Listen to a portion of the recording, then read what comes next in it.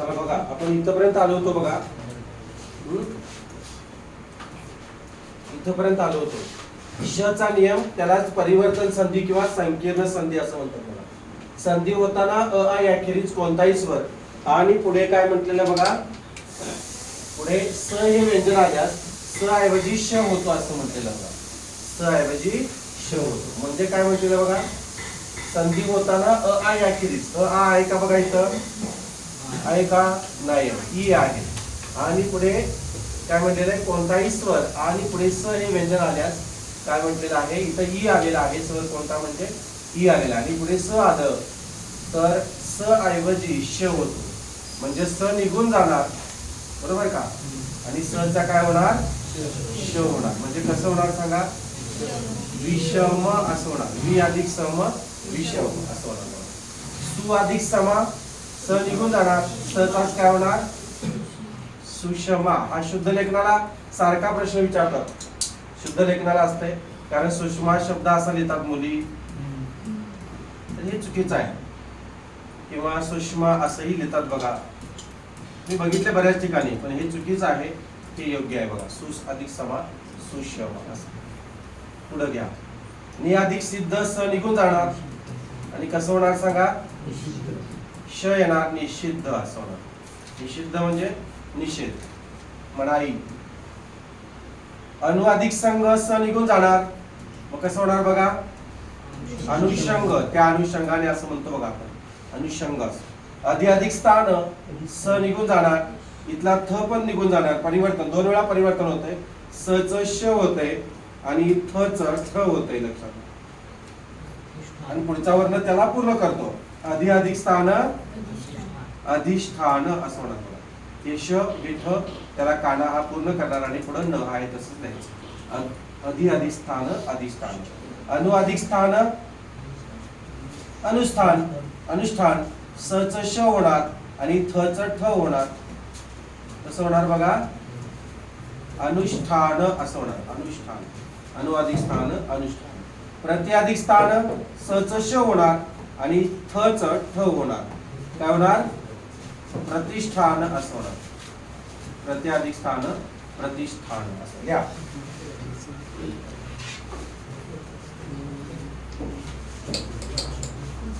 प्रति अधिक स्थान प्रतिष्ठान. अनु अधिक स्थान अनुष्ठान. अनुष्ठान झालं. जाऊया पुढं, झालं का. हा, अनुष्ठान पुन्हा सांगू.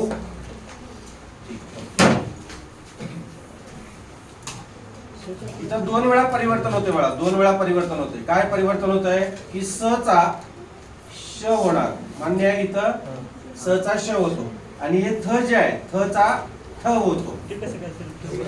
परिवर्तन संधीप्रमाणे होतं असं. मग असं लिहिणार का तुम्ही, अधि श अधिष्ठान असं लिहिणार, असं होतंय नाही. तर थ च ठ होतंय परिवर्तन संधीप्रमाणे. परिवर्तन होते म्हणजे काय, बदल होतोय असं. अधिष्ठान असं होणार ते, समजलं. नियम वगैरे काय नाही, हाच की नियम.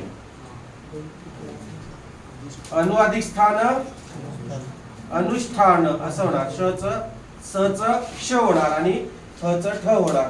स निघून जाणार, थ निघून जाणार. इथं पण तसंच, स चा षटकोन श होणार आणि थ चा ठ होणार. म्हणजे कसं होणार बघा, प्रतिष्ठान असं होणार. ईश अर्धा आहे, इथं त्याला आ पूर्ण करणार. प्रतिष्ठान. प्रति अधिक स्थान प्रतिष्ठान. अधिष्ठान अनुष्ठान आणि प्रतिष्ठान असं. समजलं. पुन्हा सांगू. स्थानच्या ऐवजी दुसरा कसा येईल शब्द सांग. कुठला शब्द सांग की, तू सांग कुठला शब्द वापरू इथं स्थानच्या ऐवजी. मान वापरूया. मान येईल इथं स म्हटलेलं. संधी होताना अ आ याखेरीज कोणताही स्वर आणि पुढे सच व्यंजन यायला पाहिजे ना, इथे का लक्षात. नुसतं मान घेतलं तर स कुठं आहे, पुढं स ऐवजी श होतो आणि हे फ ऐवजी ठ होतो. असा परिवर्तन संधी म्हणजे त्यामध्ये परिवर्तन होते, बदल होतो. परिवर्तन म्हणजे बदल, समजलं. जाऊया पुढं. हे लक्षात ठेवा, याला स्टार करून ठेवा. अनुष्ठान प्रतिष्ठान हे बाकीचं तुम्हाला जमतंय.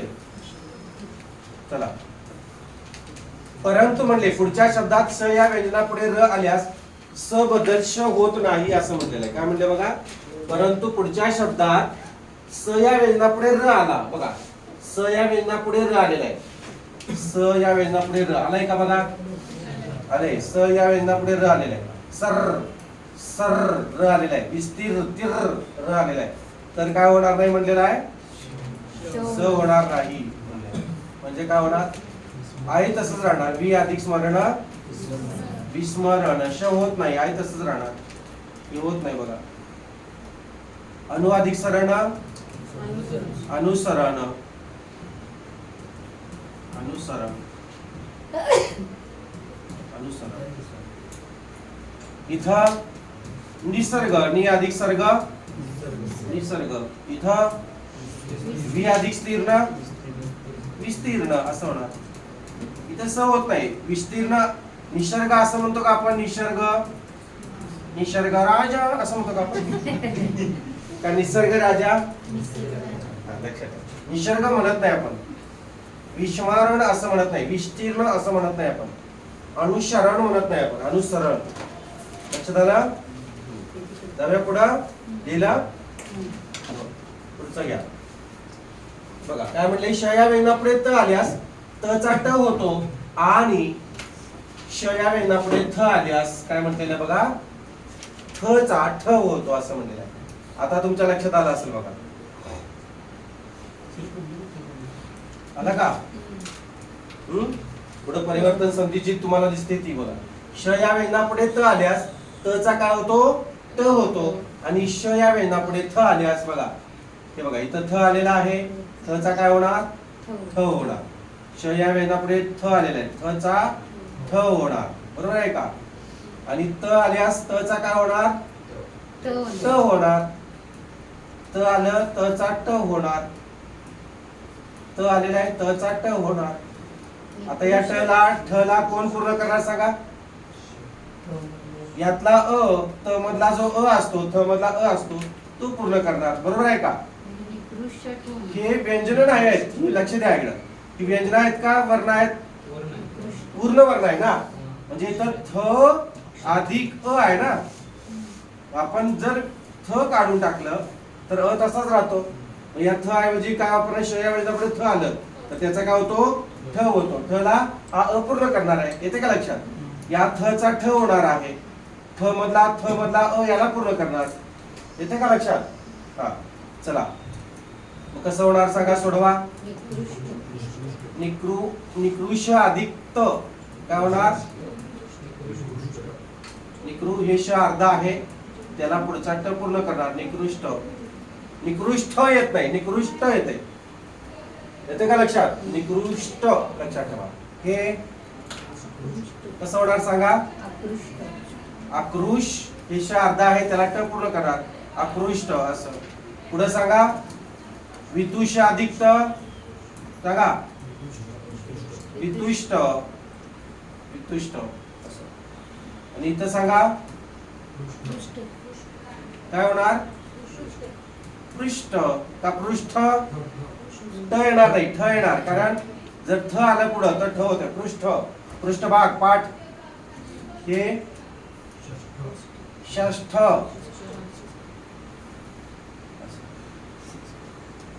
षष्ठ, षष्ठी, प्रथमा द्वितीया तृतीया चतुर्थी पंचमी षष्ठी. षष्ठी म्हणजे 6वी आणि षष्ठ म्हणजे 60. 61, 62, 63 करता की नाही तुम्ही. झालं, समजलं. पुन्हा सांगायची गरज आहे, जाऊ दे पुढं. चला, अहनचा नियम बघा. अहन कंसात दिवस या शब्दापुढे मृदू वर्ण आल्यास त्यातील न या व्यंजनाऐवजी र हे व्यंजन येऊन संधी होतो म्हणलेला आहे. अहन म्हणजे काय बघा, दिवस. या शब्दापुढे मृदू वर्ण. आता अहन या शब्दापुढे मृदू वर्ण, न मृदू आहे का कठोर आहे. सगळी अनुनासिक मृदू असतात. हे बघा, ग मृदू आहे का कठोर आहे बघा, क ख कठोर, बरोबर आहे ना. क ख ही पहिल्या 5 वर्गातली कठोर आहेत, ग घ मृदू आणि त्याच्या वर्गातला अनुनासिक. समजतंय का. हा बघा, मग काय म्हणलेलं आहे, न या व्यंजनाऐवजी म्हणजे न निघून जाणार आणि त्याचा काय होणार, न या ऐवजी र होतो. सॉरी, इकडच्या नव्हे, इकडच्या न या ऐवजी, म्हणजे न निघून जाणारा त्याचाच काय होणार, र होणार. म्हणजे कसं होईल सांगा, न चा काय होणार आहे, र होणार आहे. म्हणजे कसं होईल सांगा, र काय करतो, 4 दोन्ही चिन्हाच्या मार्फत काम करतो. इथं तो कोणत्या दोन्ही चिन्हाच्या मार्फत काम करेल सांगा, अहर आलं की कुठलं, रफा, अहर निशा. निशा म्हणजे काय, अहर निशा असे ना, अहन अधिक निशा, अहर निशा म्हणजे रात्रंदिवस. निशा म्हणजे रात्र, लक्षात ठेवा. आणि उषा म्हणजे ठीक, ती नंतर लिहून देतो तुम्हाला, पुढे आहे त्याचा संदर्भ. अहन अधिक गण, अहन अधिक गण, अहर गण. न निघून जाणार हो, न चा काय झालाय, र झालेला आहे, न निघून गेलेला आहे, न चा र झालेला आहे. पुढे गण आहे तसंच की अहर गण असं. आता अहर गण म्हणजे, अह म्हणजे दिवस आणि गण म्हणजे जनता. दिवसाची जनता, रात्रीची काय पिता. अहर गण याचा अर्थ तसा शब्दशः धरायचा नाही, थोडक्यात या लोकांचा समुदाय असं काय तर त्याचा अर्थ आहे. बघा झालं, पुसो जाऊ दे, पुढं समजलं ना, लिहून घ्या, घेतलं लिहून, हा जाऊ दे का बाळा. परंतु म्हणलेलं अहन या शब्दापुढे रूप किंवा रात्र आलं, काय म्हटलेलं बघा, रूप किंवा रात्र आलं तर न ऐवजी उ होतो. म्हणजे न निघून जाणार, हा जो न आहे तो न निघून जाणार आणि त्याच्या ऐवजी काय होतो, उ होतो असं म्हटलं. आणि तो मागील अ मध्ये, मागील अ मध्ये म्हणजे कुठे, मागील अ म्हणजे कुठे सांगा, त्या अ मध्ये, इथं मागील अ मध्ये काय म्हणतो, अ वर्णामध्ये मिसळून म्हणलेला, मागील अ मधल्या अ मध्ये मिसळून त्यांचा काय होणार आहे, ओझेवाला ओ होणार आहे त्यांचा. कुणाचा, यातला जो ह मधला जो अ असतो तो निघून जातो, लक्षात घ्या. म्हणजे ह अर्ध पडणार आहे इथं, ह अर्ध पडणार आहे इथं, बरोबर का. कसं पडणार आहे, अर्ध असं पडणार आहे बघा, हल स्वरूपात येणार आहे ते, पण नाही का, अ निघून गेल्या. म्हणजेच बघा, यात ह मधला अ आणि हा उ त्यांचा काय होतो, ओझेवाला ओ होतो. ओझेवाला ओ म्हणजे किती काने किती मात्रे, एक काना एक मात्रा. कोणाला द्यायचा तो, पुढच्या वर्णाला द्यायचा. बघा आता कसं होणार बघा, न निघून गेलाय, न निघून गेलाय, दोन्ही याच्यातला न निघून गेलाय, यातला न चा उ झालेला आहे आणि ह चा अ जो आहे, या दोघांनी मिळून ओझेवाला ओ झालेला आहे. ह अर्ध पडलं, त्याला ओझेवाला ओ ने पूर्ण केलं, कसं होणार मग, ह ला एक काना एक मात्रा, ओझेवाला ओ म्हणजे एक काना एक मात्रा, अहो रूप. आणि इथं ह ला एक काना एक मात्रा, अहो रात्र. अहन अधिक रूप, अहो रूप, अहन अधिक रात्र, अहो रूप, अहो रात्र असे. समजलं, पुन्हा सांगायची गरज आहे, पुन्हा सांगायचं असेल तर सांगा, पुन्हा सांगतो. सोपं आहे, काय तोंडी पाठ करायची पण गरज नाही. अहन अधिक रूप आले की अहोरूप, अहन अधिक रात्र आले की अहोरात्र. विद्यार्थी अहोरात्र अभ्यास करतात असं की नाही, अभ्यासावर घालून घेतात, पुढी पडतात अभ्यासावर, असं घरातली म्हणतात सगळं. म्हणतात की नाही, काय अभ्यास करतोय माहिती आहे, उरावर घेऊन पुस्तक झोपतो. जाऊ दे का, पुढचं बघा. आता विसर्ग संधी आलं, व्यंजन संधी संपलं, एकदा असं टाका. विसर्ग उकार संधी पहिलं टाका, विसर्ग उकार संधी. जर हे सांकेतिक भाषेत मांडायचं झालं तर कसं होईल बघा, विसर्गाच्या मागे अ, नियम क्रमांक 1 बघा, विसर्ग उकार संधी, विसर्गाच्या मागे अ आणि पुढे मृदू वर्ण आल्यास, मृदू वर्णांची नावं घोष वर्ण आहे, बरोबर आहे का, नाद वर्ण, मृदू वर्ण आल्यास विसर्गाचा उ होतो व तो मागच्या अ मध्ये मिसळून त्यांचा ओझेवाला ओ होतो. ओझेवाला ओ म्हणजे एक काना एक मात्रा.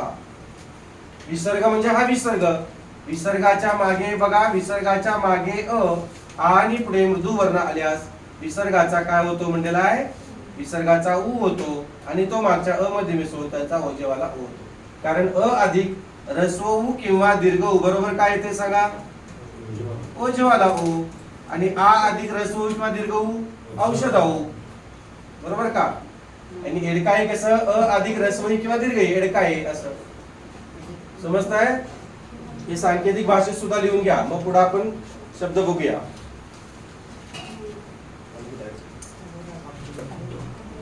व्यवस्थित व्याख्या लिहून घ्या, जाऊया पुढे आपण.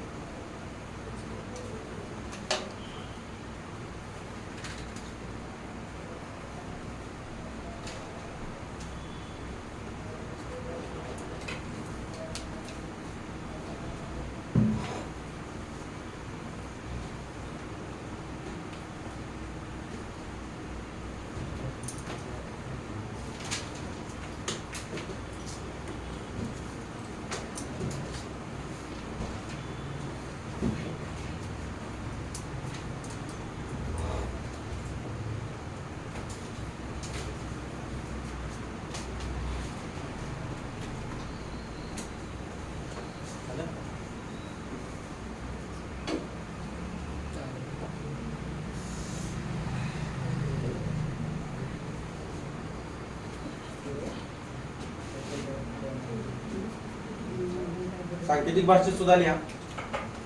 लिहिलं का, मी जसं मांडलंय तसं पण लिहा. ठीक आहे, जाऊ दे. सर आम्हाला नाही कळलं. आम्हाला नाही कळालं, मला नाही कळलं. कळालं नाही. बघा, विसर्गाच्या मागे अ, हा उदाहरण घेतल्याशिवाय कळणार नाही.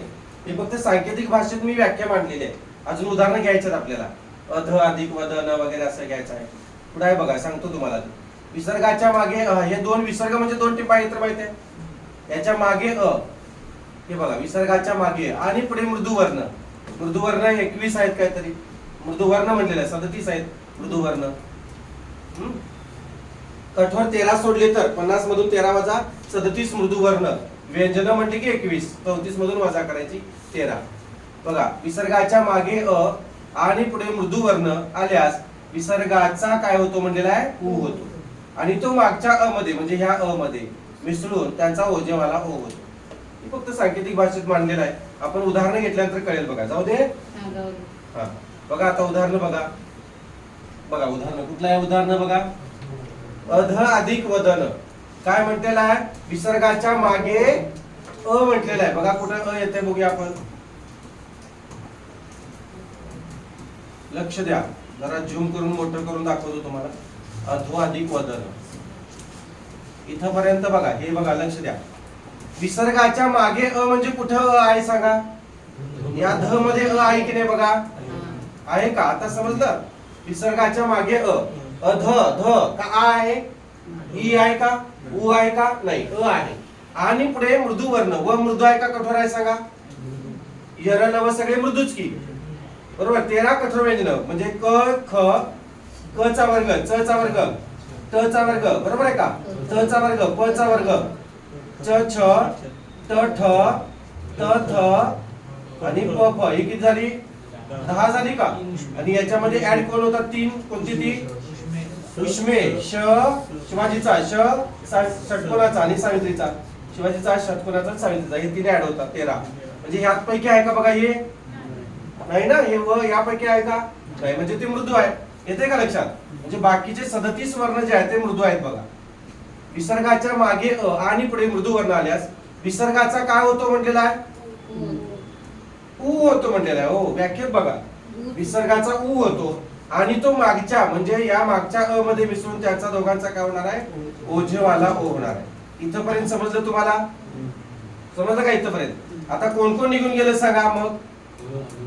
हा विसर्ग निघून गेला. विसर्गाचाच काय झाला, उ झालेला आहे. अध मधला अ निघून गेलेला आहे. म्हणजे अध अर्ध पडलं बघा. पडलं का अर्ध. विसर्ग पण गेला, अ पण गेला, ध अर्ध आलं स्वरूपात आलं. आधीच्या पलीकडे कोण आहे, वदन आहे, बरोबर का. आता या ध ला अधुऱ्याला कोण पूर्ण करणार, ओझेवाला ओ. एक काना एक मात्रा ओझेवाला ओ. म्हणजे या ध ला एक काना एक मात्रा देणार. तुम्ही तोंडी सुद्धा सांगू शकता. फक्त कसं आहे हे समजून घेतलं ना, पुढचं तुम्ही तोंडी सांगू शकता. एवढं सोपं आहे बघा. अधो अधिक वदन अधो वदन असं आहे. अध म्हणजे अर्ध, वदन म्हणजे तोंड. अधो वदन. आता याचा अर्थ बदलतो. इथं अध म्हणजे अर्धा आणि वदन म्हणजे तोंड. तर अधोवदन म्हणजे खाली तोंड केलेला किंवा अपमानित केलेला असा त्याचा अर्थ होतो. लिहा. पुन्हा सांगू सांगू नको? ठीक आहे. दुसरं उदाहरण घेऊन सांगतो आणि परत घ्या.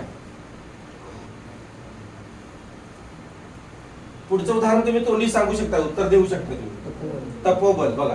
पुढचं मनोराज्य. पुढचं नमो नमः. पुढं पुरोगामी. पुढं मनोगत. तिचं पुढं तेजोनिधी. एवढं सोपं. फक्त आता ते कसं झालं आपण चेक करूया.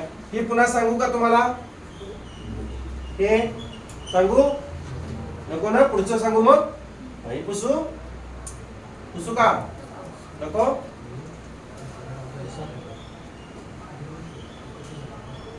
आता पुढचं तुम्ही स्वतः सोडवू शकता. लक्षात घ्या. एवढं सोपं आहे. काहीच अवघड नाही. म्हणजे कसं झालं हे फक्त आपण चेक करतोय. बाकी काहीच याच्यामध्ये अवघड काहीच नाही. व्याख्या मागच्या पानावर राहिली म्हणून तुम्हाला ते वाईट वाटतंय. पण काही गरज नाही. तुमच्या वहीमध्ये आहेच बघा. सांकेतिक भाषेत आणि मी मांडलं होतं. आता पुसू? ठीक आहे. चला घ्या. तप अधिक बल. बघा. तप अधिक बल. तप किती वर्षाचा असते हो? 12 वर्षाचा असते. बरोबर आहे. बल म्हणजे काय? बल म्हणजे शक्ती.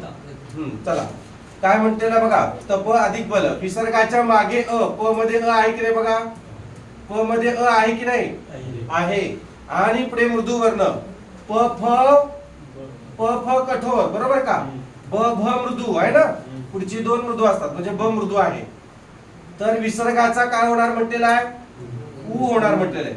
तो मागच्या अ मध्ये मिसळून त्यांचा काय होणार म्हटलं? ओझेवाला ओ होतो. ओझेवाला म्हणजे एक काना एक मात्रा.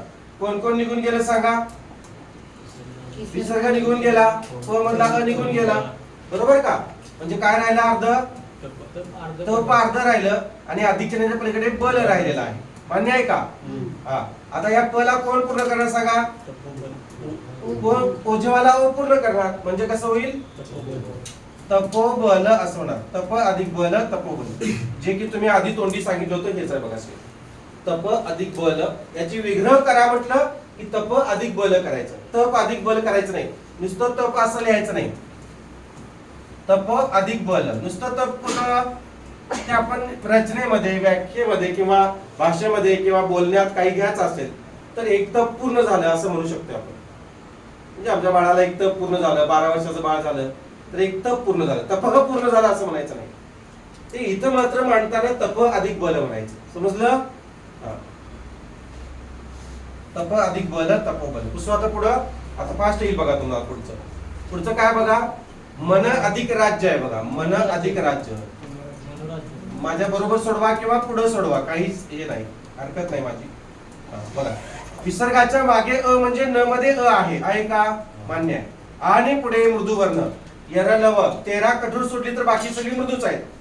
त्यामुळं विसर्गाचा काय होणार म्हटले? उ होणार. तो मागच्या अ मध्ये मिसळून त्याचा ओझेवाला ओ होतो असं म्हणलेलं आहे. ओझेवाला ओ म्हणजे एक काना एक मात्रा. मग कोण कोण निघून गेलं? अविसर्ग निघून गेला. न मधला अ निघून गेला. मन अर्ध पडलं. आलं स्वरूपात आलं. बरोबर का? त्यातला तुम्ही अ काढून टाकलेला आहे. विसर्ग पण काढून टाकलेला आहे. आणि अधिक चिन्हाच्या पलीकडे राज्य राहिलेला आहे बघा. राज्य हा शब्द पूर्ण आहे त्यामुळे त्याला काही बदलायची गरज नाही. आता या न ला ओझेवाला ओ पूर्ण करणार म्हणजे कसं होईल? मनोराज्य. मनोराज्य म्हणजे काय हो? मनोराज्य म्हणजे मनाचे राज्य. नका लिहू ते. येत नाही. मनाचं राज्य होत नाही. भावी उत्कर्षाबद्दल कल्पना तरंग. द्या. भावी उत्कर्षाबद्दल म्हणजे मामाची पोरगी नव्हे. उत्कर्षा. आपला उत्कर्ष व्हावा, उद्धार व्हावं असं सगळ्यांना वाटत असते. जेंट्सला पण आणि लेडीजला पण वाटतंय का? कुणाला अपकर्ष व्हावा असं वाटतंय? माझा सगळा नष्टावा व्हावा, राख रांगोळी व्हावी असं वाटतंय का कुणाला? नाही. भावी उत्कर्षाबद्दल कल्पना तरंग. उत्कर्ष शब्द बघा कसा लिहायचा. उत्कर्ष असा. भावी उत्कर्षाबद्दल कल्पना तरंग. कल्पना तरंग म्हणजे आपण रोज विश्वात असतो. कल्पना विश्वात असतो आपण. मी सुद्धा असतोय. तुम्हीच नाही. आपण कल्पना तरंग रंगवत असतो, असं करणार मी, तसं करणार, असं होणार, माझं तसं होणार. कल्पना म्हणजे कल्पना तरंग, भावी उत्कर्षाबद्दल कल्पना तरंग इमॅजिन करत असतो. आपल्या तोंडातून ते किंवा जाणवत नाही आपल्यातून. आजी असेल किंवा आई असेल बघा, वडील असतील पुटपुटत असतात काहीतरी. तुम्ही कधी बघितले आई वडील असं पुटपुटताना बघितले का? आजी पुटपुटत असते, एकटीच पुटपुटत असते बघा. आणि मग आपण बघतोय काय एकटीच पुटपुटायला लागलीस. वडिलांना पण आपण म्हणतो काय हो पप्पा एकटंच काय पुटपुटायला लागलाय, बडबडायला लागलाय. आई पण एकटीच, म्हणजे ती त्यांच्या कल्पना विश्वात असतात. पोरगी आता तासाला गेली, पोरगा आता तासाला गेलंय, 5-6 वर्षाने काहीतरी चित्र बदलेल वगैरे, पोलीस होईल, जरा असं हे वाटेल, त्यांच्या कल्पना तरंगमध्ये असतात. आले की नाही? किंवा आता उसाचे पैसे येतील, गळ्यात बोरमाल करूया, हे करूया, असं सगळं काहीतरी असतंय बघा. हे चला जाऊ दे. पुढचं बघा, नम अधिक नमहा असा आहे बघा शब्द. नम अधिक नमहा. आता लक्ष द्या जरा, इथं दोन्ही मध्ये सुद्धा सेम आहे बघा, दोन्हीकडे तसंच आहे. मग आता सांगा कसं होईल? विसर्गाच्या मागे अ कुठे आहे? अ मध्ये आहे, न मध्ये आहे, म मध्ये आहे. विसर्गाच्या पुढे कोण आले? मृदुवर्ण न. सगळे अनुनासिक मृदूच असतात. 13 कठोर मध्ये आहे का? नाही आहे. तर विसर्गाचा काय होतो म्हणलेला आहे? उ होतो. आणि तो मागच्या अ मध्ये मिसळून त्याचा ओझवाला ओ होतो. बरोबर का? ओझवाला ओ म्हणजे किती काने किती मात्रे? एक काना एक मात्रा. कोण कोण निघून गेलं? विसर्ग निघून गेला, म मधला अ निघून गेला. मग काय राहिलं बघा? काय राहिलं? नम अर्ध राहिलं आणि पुढे नमहा राहिलेला आहे. बरोबर? या म ला कोण पूर्ण करणार? ओझवाला ओ. नमो नमहा. नमो नमहा असं होणार. नमो नमो का होत नाही हो? म्हणजे असा शब्द का होत नाही तो? नमो नमो सांगा बघू. असं का होत नाही? म्हणजे ह्याला ओझवाला ओ दिलं, मग हे का होत नाही? शेवटचं जे आहे ते ओ का होत नाही? बरोबर, न नाही नव्हे. विसर्गाच्या पुढे परत आणखी कुठला मृदुवर्ण नाही आहे रे. विसर्गाच्या मागे अ आणि पुढे मृदुवर्ण आले असं. मग इथे विसर्गाच्या मागे अ आहे, पण पुढे मृदुवर्ण कुठे आहे? म्हणून तो आहे तसा ठेवलेला आहे आपण. समजतंय? हा. मग नमो नमहा म्हणजे काय हो? नरेंद्र मोदी नमहा असं कसं? नमो नमहा म्हणजे नमस्कार. लिहा, नमस्कार किंवा प्रणिपात. नमस्कार किंवा प्रणिपात. प्रणिपात गुरुजी. आता ते डायरेक्ट तोंडी लिहू शकता तुम्ही. काय येणार? उसू हे सांगा. पुर अधिक गामी डायरेक्ट लिहू पुरोगामी असे येणार. आता मला सांगा पुरोगामी म्हणजे काय हो? जुन्या विचाराचा. नॉट आधुनिक विचारसरणीची कास धरणारे पुरोगामी. वाटतंय आपल्याला ते जुनं, हे सारखे येते परीक्षेला, मुलं फसतात.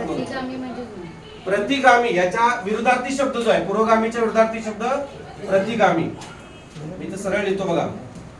पुर अधिक गामी पुरोगामी सोडवून द्यायला पाहिजे. पुरोगामीच्या विरुद्धार्थी प्रतिगामी लक्षात ठेवा. आणि प्रतिगामी हा शब्द नसेल, जर पर्यायत नसेल तर सनातनी लिहा. सनातनी म्हणजे काय रे? जुन्या विचारसरणीची कास धरणारे, जुन्या पारंपरिक रूढ विचारसरणीचे कास धरणारे असं म्हटलेलं.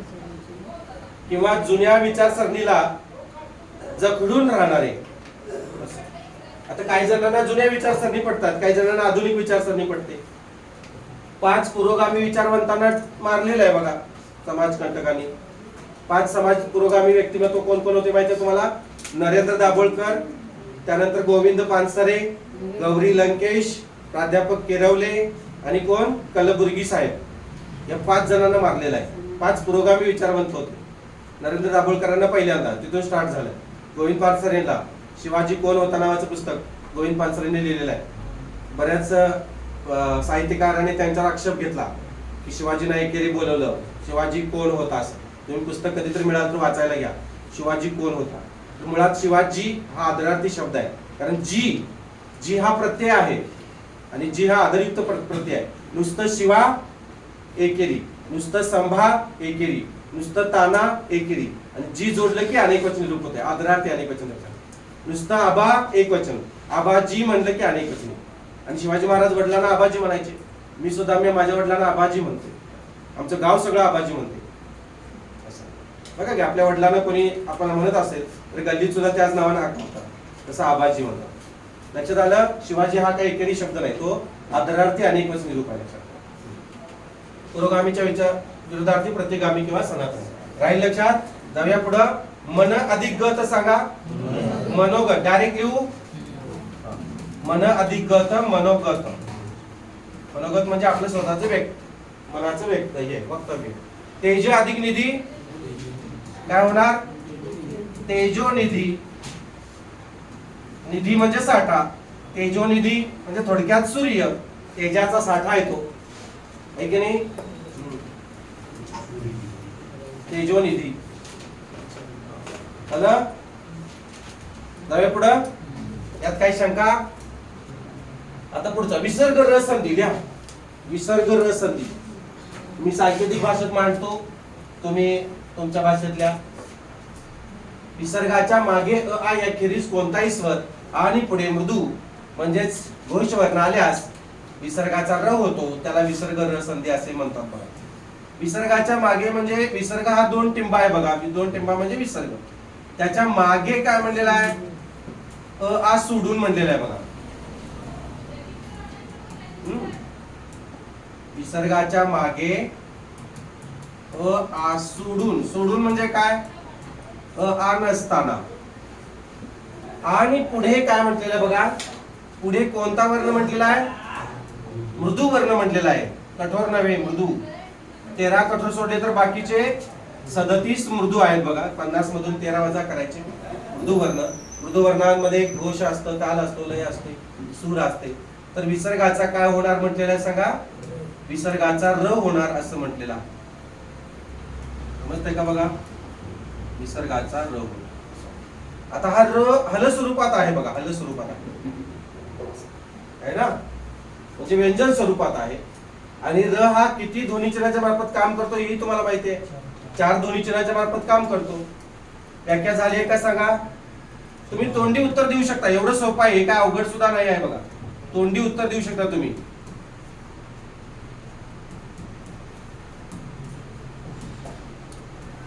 नि अधिक विकार बघा. विसर्गाच्या काय म्हणतेला बघा. विसर्गाच्या मागे अ आ सोडून. विसर्गाच्या मागे अ आ सोडून कोणता आलाय? कोणता स्वर आलेला आहे? ई आलेला आहे. बरोबर आहे का? ई आहे. आणि पुढे मृदू वर्ण. व मृदू आहे का कठोर आहे? कठोर मध्ये 13 मध्ये व आहे का? नाही आहे. तर विसर्गाचा काय होणार म्हटलेला आहे? विसर्गाचा र होतो म्हणलेला आहे. बरोबर आहे का? म्हणजे विसर्ग निघून जाणार. मान्य आहे? हा. आता बघा विसर्गाचा र होतो, विसर्ग निघून गेलेला आहे. तर र काय करतो? निरविकार असं लिहूया का? मग हे र आहे तसं ठेवूया का? नाही. तर तो काय करतो? 4 ध्वनिचिन्हाच्या मार्फत काम करतो. एक तर तो रफाराच्या माध्यमातून, तिरपी रेष, अर्धचंद्र आणि काकपद. इथं कसा होईल सांगा? तुम्ही सांगा. रफाराच्या माध्यमातून जाईल.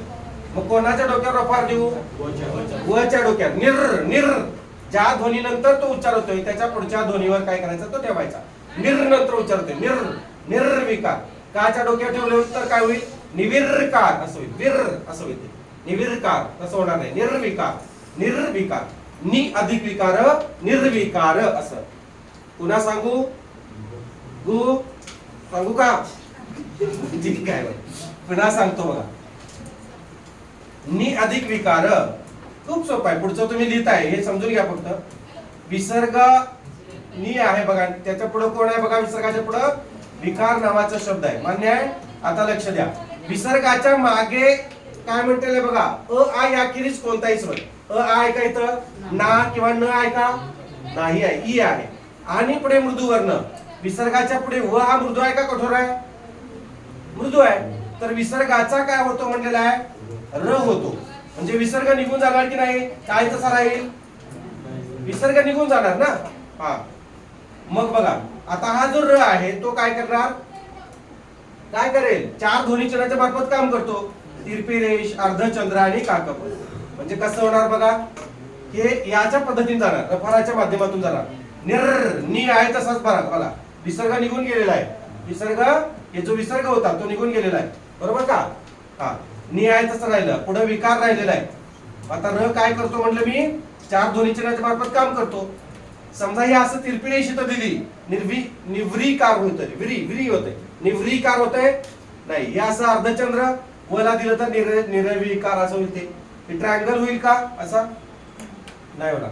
तर कसं होईल मग, कसं होणार, ते रफाराच्या माध्यमातून जाणार हो असं. नि अधिक विकार निर्विकार असं होणार. समजलं, म्हणजे विकार विरहित असा त्याचा अर्थ होतो. तुमचं पुढे तोंडी तुम्ही सांगू शकता बघा. पुढचं एवढं सोपं आहे. नि अधिक लोभ निर्लोभ, दु अधिक जन नि अधिक उद्योग निरुद्योग, रला उ पूर्ण करणार निरुद्योग, नि अधिक इच्छ निरिच्छ, आयु अधिक वेद आयुर्वेद, नि अधिक अंतर निरंतर. आता आपण सोडून बघूया. हे पुसू, समजलं का हे लिहा.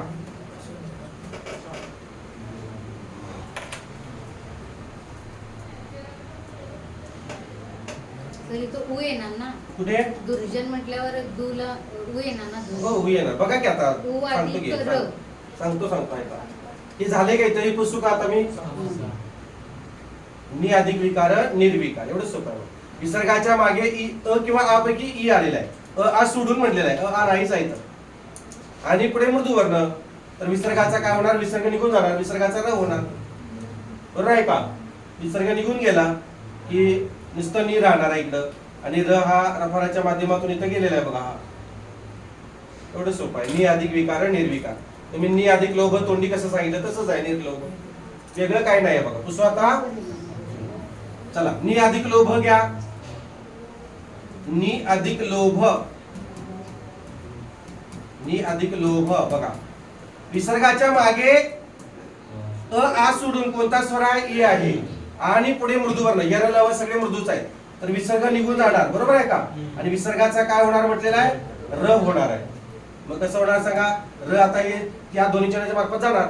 नि अधिक लोभ निर्लोभ, कोणाच्या डोक्यावर देऊ, लचा. नि अधिक लोभ निर्लोभ, एवढं सोपं आहे. आता कुठलं, दु अधिक जन, हे पुसू.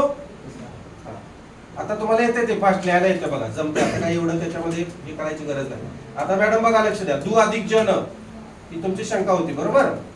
दु अधिक जन बघा. विसर्गाच्या मागे आ सोडून कोणताही स्वर आहे, उ आलेला आहे, ई नाही.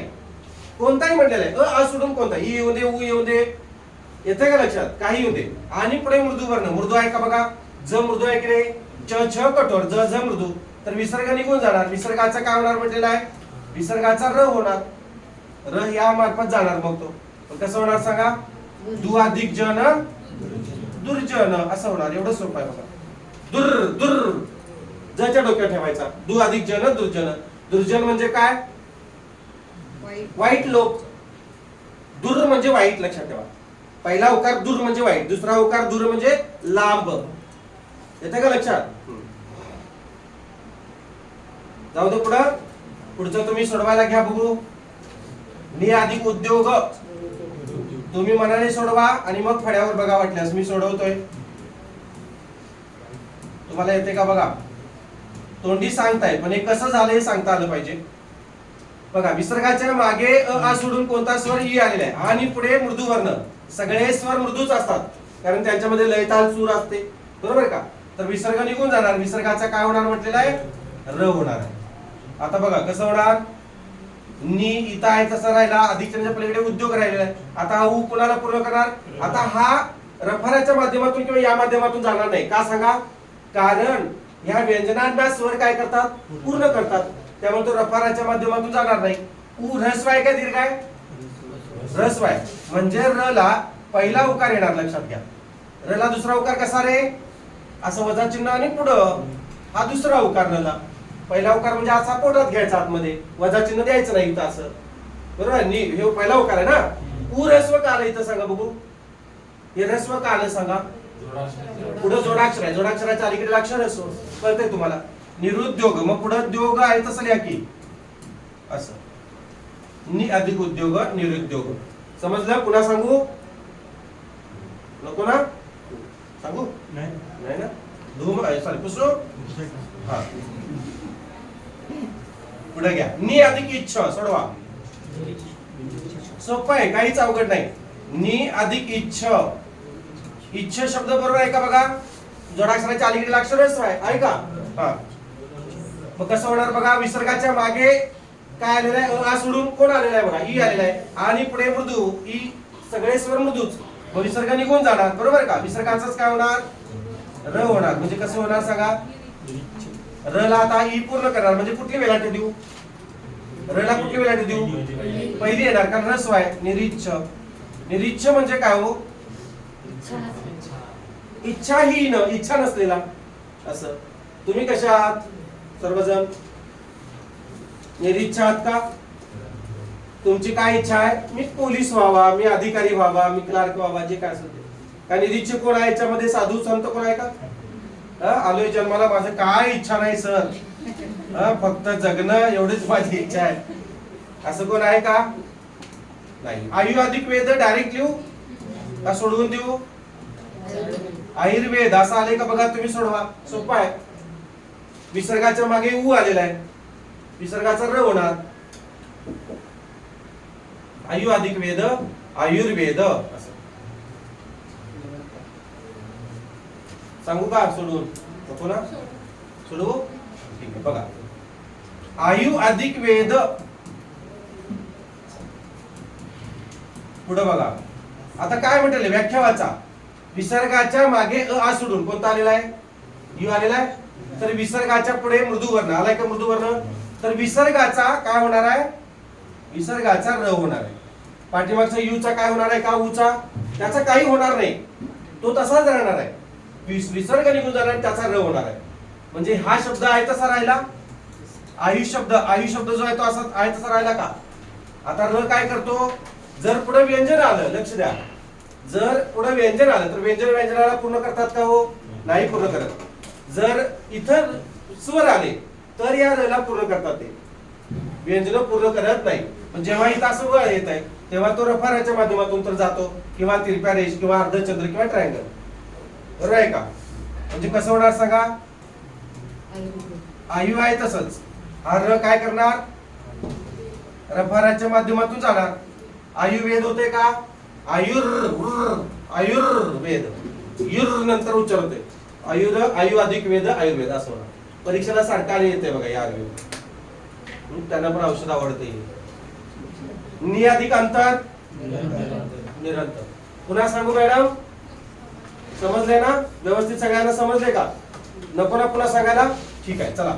नि अधिक अंतर सोडवा बघू. नि अधिक अंतर, याला पहिलीच वेलांटी का सांगावं? न ला पहिलीच वेलांटी का? दुसरी वेलांटी का नाही? म्हणजे याला पहिलीच वेलांटी, आयुला पहिलाच उकार, दुला पहिलाच उकार, असं का असेल? कारण एक नियम आहे, विसर्गाच्या अलीकडील अक्षर रस वाचते, 100% रस वाचते, याच्यात अपवाद नाही आहे. पुढे जर जोडाक्षर असेल तर पाठीमागचा दोन्ही काय असतो? रसवच असतो. लक्षात घ्या. दीर्घ कधी होणार? काही लोक स्वतः शब्द कसा लिहितात बघा, असं लिहितात स्वतः शब्द, म्हणजे पुढे तो सर्वनामामध्ये आहे तरी स्वतः असं लिहायचं नाही. विसर्गाच्या अलीकडील अक्षर काय असते?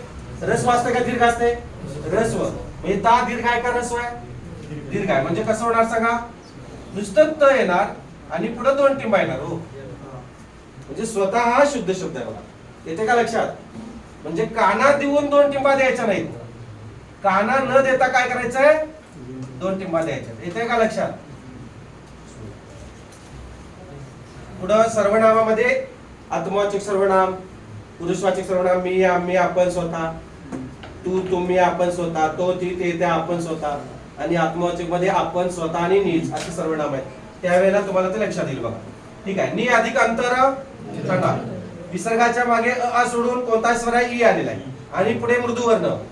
बरे का? अ मृदू आहे, अम नाही, अ आहे. अ हा अनुस्वार पुढच्याच असतो, तर विसर्ग निघून जाणार आणि विसर्गाचा काय होणार? र होणार. येते का लक्षात? मग नी कोण कोण राहिलं? नी राहिलं आणि पुढे अंतर राहिलेलं आहे. मग र काय करेल आता बघा, इकडं स्वर आलेला आहे, तर या माध्यमातून जाईल? नाही जाणार. स्वर काय करेल? त्याला पूर्ण करणार. म्हणजे हा र अधुरा आहे, त्याला आता पूर्ण केला बघा. अ ने अच्या डोक्यावर अनुस्वार, र च्या डोक्यावर अनुस्वार द्या आणि तर नि अधिक अंतर निरंतर असं झालं. एवढंच. तुला सांगू नको ना? इकडं हात वर करा जर पाहिजे असेल तर. जाऊ दे मग पुढं. अजून उदाहरण आहेत का बघूया यातली. अपवाद आहेत पण हे नाही आहेत. बघा अपवाद. काही वेळा विसर्गाच्या मागे अ हा स्वर असताना देखील विसर्गाचा र होतो म्हणून अपवाद आहे. अ आ सोडून म्हटलं होतं, इथं अ आ सोडून आहे बघा. अ आ या खेरीज म्हणजे सोडून, आणि इथं मात्र अ असताना सुद्धा विसर्गाचा र होतो. ते आपण बघूया कसा आहे विसर्गाचा र होतो बघूया. पुन्हा अधिक रचना. विसर्गाच्या मागे अ आणि रचना, पुन्हा अधिक रचना म्हणजे विसर्गाचा काय होणार म्हटलेला त्यांनी र होणार म्हटलेला. कसं होईल सांगा. शुद्ध शब्द कसा होणार. हे पुन्हा विसर्ग निघून गेलेला आहे. र काय करतो आता. र याला पूर्ण करणार का ते नाही पूर्ण करणार. व्यंजन आलेलं आहे तर काय होईल. रचना असा शब्द लिहा आणि हा दोन्ही चिन्हाच्या मार्फत रफाराच्या माध्यमातून जाणार. कोणाच्या डोक्यावर देऊ. र चा का च चा का न चा. च चा दिलं तर काय होईल. पुनर्रचना. तर ते तसं होणार नाही. र च्या डोक्यावर येते पुनर्रचना. पुनर नर नर पुनर्रचना असं येते. हा शुद्ध शब्द आहे. द्या पुन्हा सांगू का. तुला पाहिजे सांगायला. इकडे पाठीमागा पुढचा सांगतो. पुसू नको.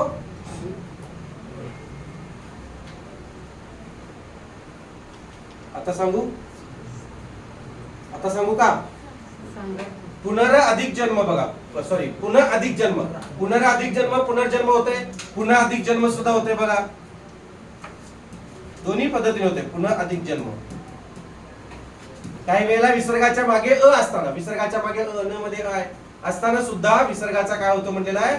विसर्गाचा र होतो म्हणलेला बघा. कसं होईल सांगा. विसर्ग निघून गेला न आहे तसं राहिला.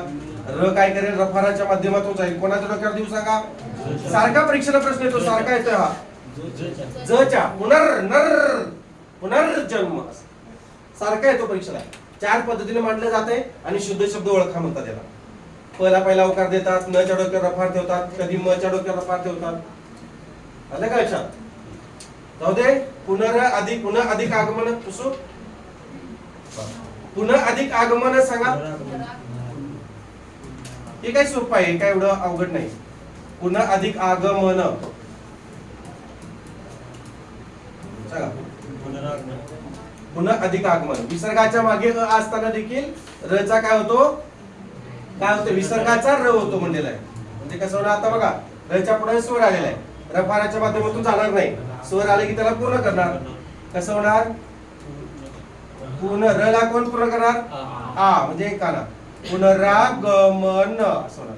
पुनर अधिक आगमन. पुन्हा अधिक आगमन पुनरागमन. झालं. समजलं का. पुन्हा सांगू पुन्हा सांगू. अंत अधिक गती लिहा. अंत अधिक गती. विसर्गाच्या मागे काय आहे का. असताना देखील विसर्गाचा काय होतो म्हणलेला आहे. र होतो म्हणलेला आहे. मग कसं होणार सांगा. अंतर्गत म्हणा. गती राहू दे. कन्फ्युज होत असेल तर कसं होणार सांगा. मग हे अंत आहे. विसर्ग निघून गेलाय. गती पुढचं लिहा आणि विसर्गाचा जो र झालेला आहे तो काय करणार. कोणाच्या डोक्यावर जाणार. गच्या. अंतर्गती. अंतर्गत म्हणा. तीचा वेळाने काढून टाका तुम्हाला या अवघड वाटत असेल तर. अंत अधिक गत अंतर्गत. अंत अधिक गती अंतर्गती. गच्या डोक्यावर येणार.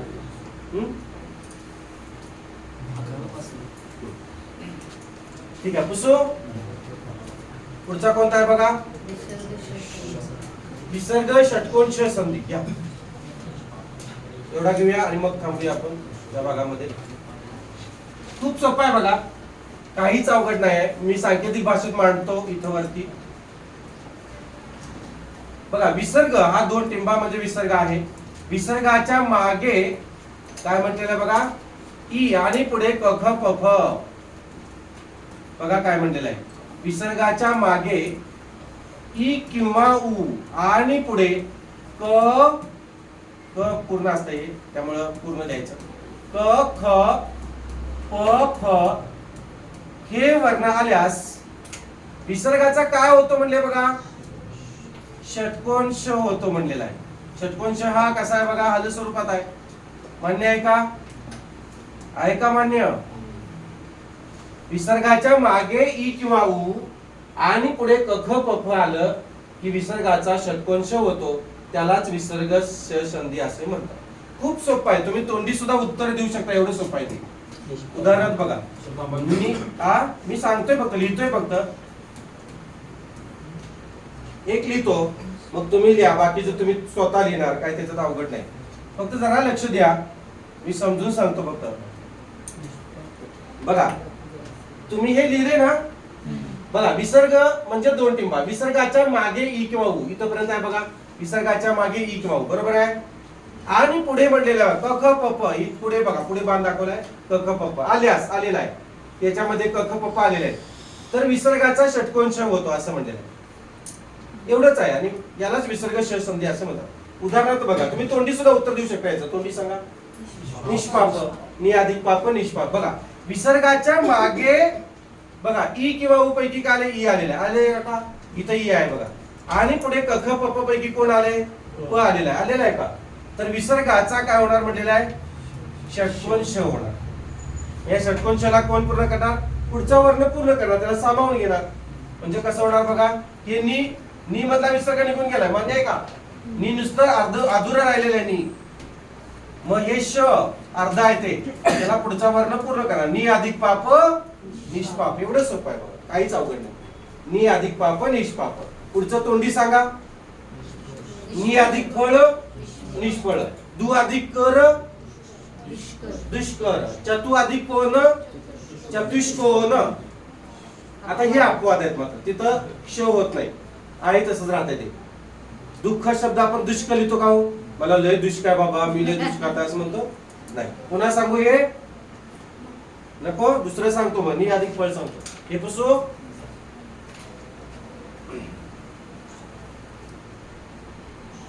लिहा व्यवस्थित, मी इकडे लिहितो वाटल्यास, हा इथं लिहितो बघा. नि अधिक फळ, बघा विसर्गाच्या मागे ई किंवा उ पैकी ई आलेला आहे, आणि क ख प फ पैकी फ आलेला आहे. आता आहे का, तर विसर्गाचा काय होणार म्हटलेला आहे त्यांनी, षटकोन श होणार म्हटलेला आहे. आता कसं होणार सांगा, नि अधिक फळ, मग विसर्गाचा जो श झालेला आहे तो इथं मांडायचा आहे, काय अवघड आहे, झालं. नि अधिक फळ निष्फळ, एवढं सोपं आहे बघा. नि अधिक पाप निष्पाप, दु अधिक कर सोडून दाखवू, दु अधिक कर, हे पुसू, निष्फळ. दु अधिक कर, द ला पहिला उकार येतो बघा, दु अधिक कर, विसर्गाच्या मागे काय म्हणते बघा, ई किंवा उ पैकी उ आलेला आहे, आणि पुढे क ख प फ पैकी कोण आले, क आले. आता तर विसर्गाचा काय होणार, विसर्गाचा षटकोन श होणार. म्हणजे कसं होणार सांगा, कसं होणार, ईशा अर्धा आहे, पुढचा वर्ण त्याला पूर्ण करणार, दु अधिक कर दुष्कर असं होणार. दुष्कर म्हणजे एखादे कार्य करण्यास कठीण, एखादे कार्य करण्यास कठीण. द्या, दु अधिक कर दुष्कर म्हणजे एखादे कार्य करण्यास कठीण, एखादे कार्य करण्यास कठीण. झालं. आता पुढचं बघा, चतु अधिक कोण, चतु अधिक कोण, बघा विसर्गाच्या मागे ई किंवा उ पैकी उ आलेला आहे, आणि पुढे क ख प फ पैकी क आलेला आहे, तर विसर्गाचा काय होणार म्हटलेला आहे, षटकोन श होणार. म्हणजे कसं होणार सांगा, आता चतु श अर्धा आहे, तो पुढचा वर्ण त्याला पूर्ण करणार, चतुष्कोण, चतु अधिक कोण चतुष्कोण म्हणजे चार कोण, समजलं, चतुष्कोण.